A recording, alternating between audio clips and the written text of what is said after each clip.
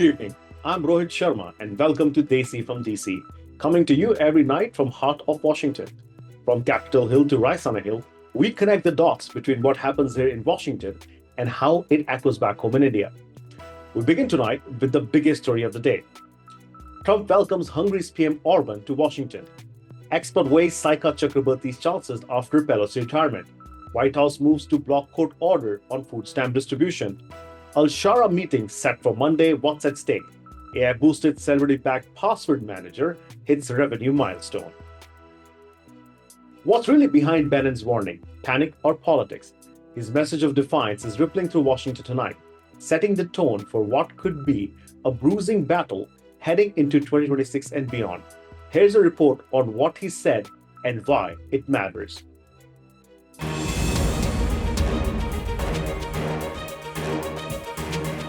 Former advisor to President Trump, Steve Bannon, is sounding an alarm within the Republican Party, urging lawmakers to heed what he calls President Trump's directive and use every tool available, including nixing the long-standing Senate filibuster to pass MAGA priorities. His remark comes just one day after Republicans faced disappointing results in several key states, raising new questions about the party's direction heading into 2026 and 2028. Speaking at an event hosted by the Conservative Partnership Institute in Washington, Bannon told a room full of conservative activists that the stakes could not be higher. He warned that if Republicans lose the next two election cycles, the 2026 midterms and the 2028 presidential race, many in that room, himself included, could face what he described as the politically motivated persecutions. As God is my witness, if we lose the midterms, if we lose 2028, some in this room are going to prison, myself included. They're not going to stop, Bannon said, referring to Democrats. He went on to say, quote, they are getting more and more radical and we have to counter that with more action, more urgency. We are burning daylight. The former White House strategist's comments reflect growing concern among Trump allies that political pressure surrounding the MAGA supporters could extend further into conservative circles if Democrats remain in power. His remarks also followed a difficult night for Republicans across the country. In Tuesday's elections, Democrats scored notable victories in New Jersey and Virginia, while in New York, Zohran Mamdani, a self-described Democratic socialist, was elected, marking a symbolic win for the party's progressive wing. Bannon's own legal record adds context to his warning. In 2022, he was convicted of contempt of Congress for refusing to comply with a subpoena from the January 6th committee. He served a 4-month prison sentence and continues to face other state-level challenges related to fundraising activities. For Bannon, this moment represents both a warning and a rallying cry, urging Republicans to unite behind Trump's agenda and to prepare for what he calls an existential political fight. For Democrats, it underscores what they see as an increasingly extreme rhetoric coming from the right. With two major election cycles ahead in 2026 and 2028, Bannon's comment highlights the widening divide over not just policies but the future of American democracy itself. For now, Bannon's message, part defiance, part caution, is rippling through Washington's political circles as both parties look forward to the next phase of a long and uncertain campaign season. A major development tonight affecting millions of Americans. The White House has dropped its appeal and will now comply with federal court order to fully restore November's food stamp benefits, a major relief for struggling families across the country. The reversal comes after weeks of uncertainty as the U.S. grapples with political gridlock over funding and social programs. Advocates say the decision will prevent tens of millions of Americans, especially children and low-income families, from losing vital support just before the holiday season. The administration had previously argued that implementing the order in full would be fiscally irresponsible, but mounting pressure and the court's directive have forced a change in course. Economists call the move a lifeline for working-class households, especially in cities hit hard by inflation and job losses. For now, the benefits are restored, but the broader debate over how to fund America's safety net is far from over. Good evening. Tonight we begin the conversation that's often uncomfortable but very important. It's about the hate. And this time, the rise of online hate and targeted harassment faced by Indians and Indian Americans in the US. Now, on social media platforms from X to TikTok to Instagram to Reddit, Indian voices, especially those visible, and speaking on politics, religion, US India relationship, or even just posting anything online are increasingly finding themselves at the receiving end of slurs, stereotypes, and coordinated trolling. What's striking is how easily legitimate debate is drowned out by identity attacks, turning policy conversations into hate filled common threads. Whether it's the member of a Samosa caucus, doctors, engineers, students, or tech workers, many say they are being mocked for their religion, for their accent, their national identity, and that the hate speech rules rarely seem to protect them. Experts point out that this isn't just online noise. Hate that trends online often spills offline, shaping perceptions and, in some cases, leading to real world discrimination. The issue has become even more complex a year after the 2024 election, where Indian origin voters and influencers were more visible than ever before. So, tonight we're asking what fuels this online hate?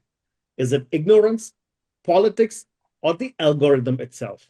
And how can Indian Americans navigate digital spaces that too often turn toxic? Let's start the conversation. And joining me today are two very important voices from the Indian American community. We've got Utsav Chakravarti, who's the executive director of Hindu Action and one of the most visible and important voice in the Indian American community, and a Republican leader, Vibhuti. Thank you so much for joining me, gentlemen. Thank you.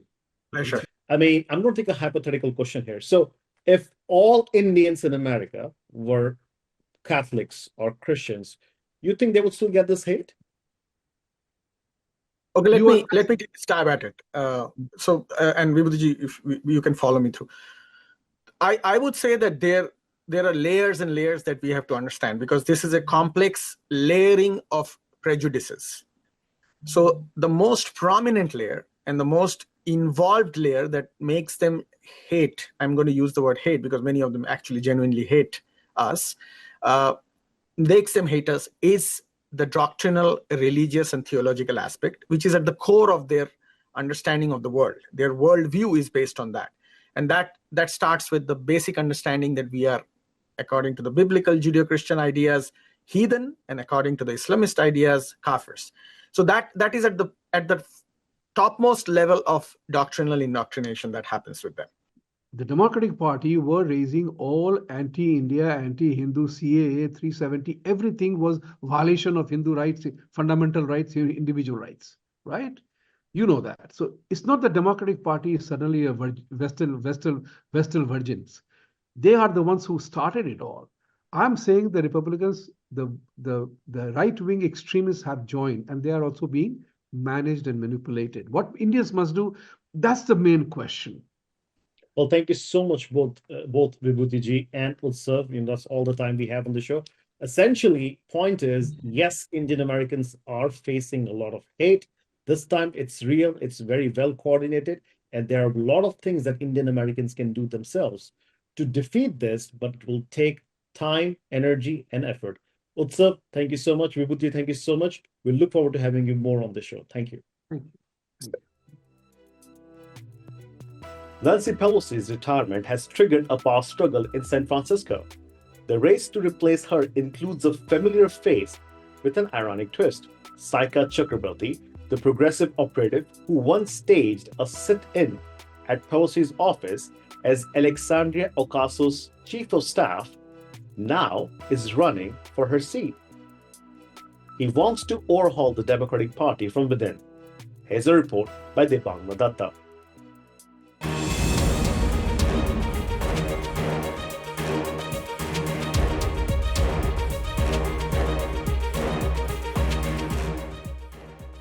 Nancy Pelosi's out.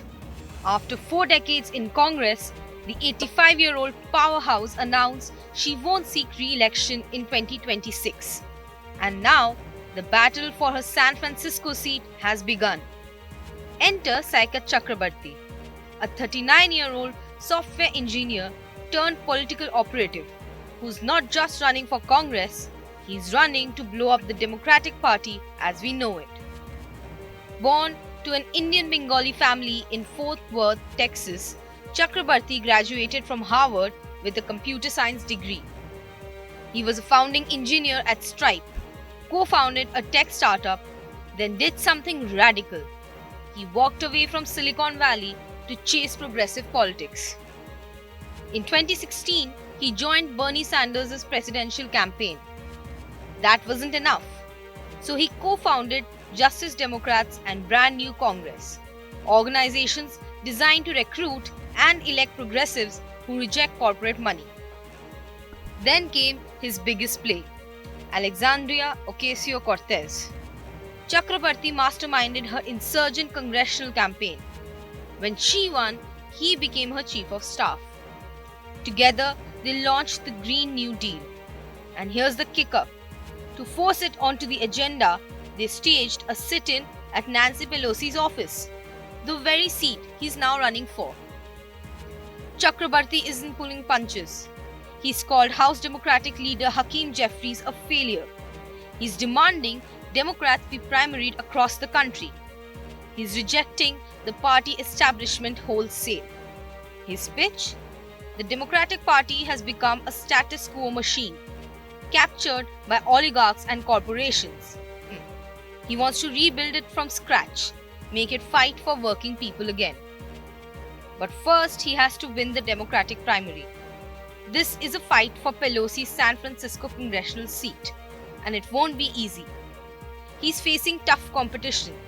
California State Senator Scott Wiener, Christine Pelosi, Nancy's daughter, and San Francisco Supervisor Connie Chan. Still, polling shows Chakrabarti has the strongest shot any challenger has had in years. The question isn't just who replaces Nancy Pelosi. It's whether the Democratic Party is ready for a revolution from within. With Debangna Datta, Bureau Report, India Today Global.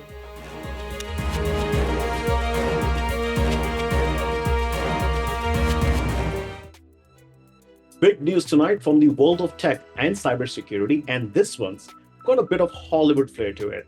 Password manager 1Password, backed by celebrities like Ryan Reynolds, Matthew McConaughey, and Scarlett Johansson, has just hit a major milestone, topping $400 million in annual recurring revenue. The Toronto-based startup says it's riding a wave of artificial intelligence innovation, and with the AI reshaping cybersecurity threats, demand for stronger digital protection is soaring. CEO David Foguno told CNBC that 1Password is at a major inflection point and expects it to cross $1 billion revenue mark within the next 2 years. Founded in 2005, 1Password works with big names like IBM, Salesforce, Perplexity AI, and even Formula One's Red Bull racing team, securing more than 1.3 billion human and machine credentials across 180,000 business customers. And as a part of its next growth, 1Password is adding new leadership muscle, bringing in former ChargePoint and Barracuda Networks executive Michael Hughes as president and ex-Qualtrics and SAP executive John Torrey as chief business officer. All this comes after a big leadership shakeup.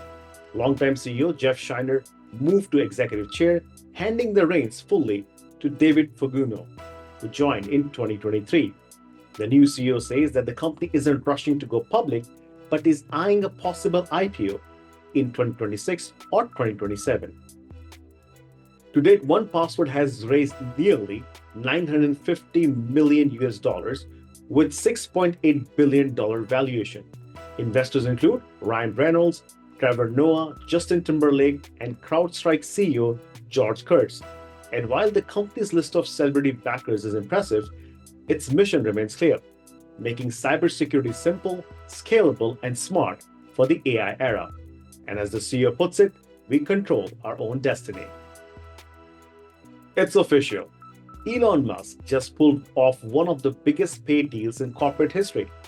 Tesla shareholders have approved a record-breaking $1 trillion, that's trillion, compensation package for the world's richest man, a move that's already sending shockwaves across Wall Street and Silicon Valley. The deal approved by 75% of Tesla shareholders comes with a standing ovation and chants of Musk's name at company's annual meeting in Austin, Texas. Under the plan, Musk won't take a salary. Instead, he will earn over 400 million new Tesla shares if he meets a series of massive performance targets over the next decade. Those targets, they're as ambitious as Musk himself.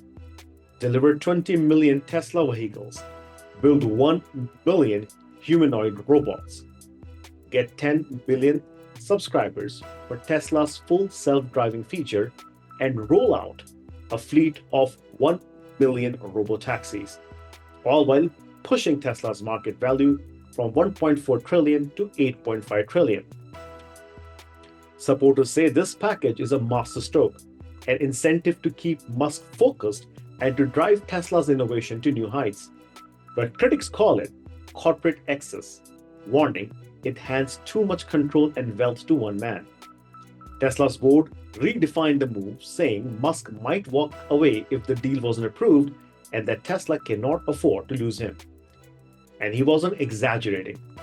Musk took the stage dancing as fans chanted his name. Other shareholder meetings are snooze fest, he said, but ours are bangers.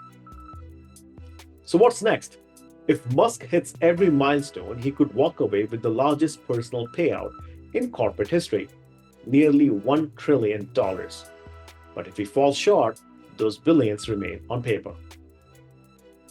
US President Donald Trump welcomed Hungarian Prime Minister Viktor Orban to Washington today. The visit highlights a growing US-Hungary alignment on economic and security issues. Analysts say the meeting could signal a push for closer bilateral ties in trade, energy, and regional security, especially in the context of Europe's ongoing challenges with migration and geopolitics. You talked about many European countries, not Hungary necessarily, because Hungary is in a different position, but many European countries are buying oil and gas from Russia, and they have been for years. And I say, what's that all about, right? More than 200,000 flights in the US are canceled or delayed on Friday after airlines were told to cut traffic during the government shutdown. Domestic flights at 40 of the country's busiest airports will be affected as officials try to ease pressure on air traffic controllers. Airports have been grappling with the air traffic controller shortages, who are either calling in sick or taking side jobs as they work without pay during federal government shutdown. The Federal Aviation Administration says reductions will start at 4% of internal flights before rising to the full 10% by the end of next week.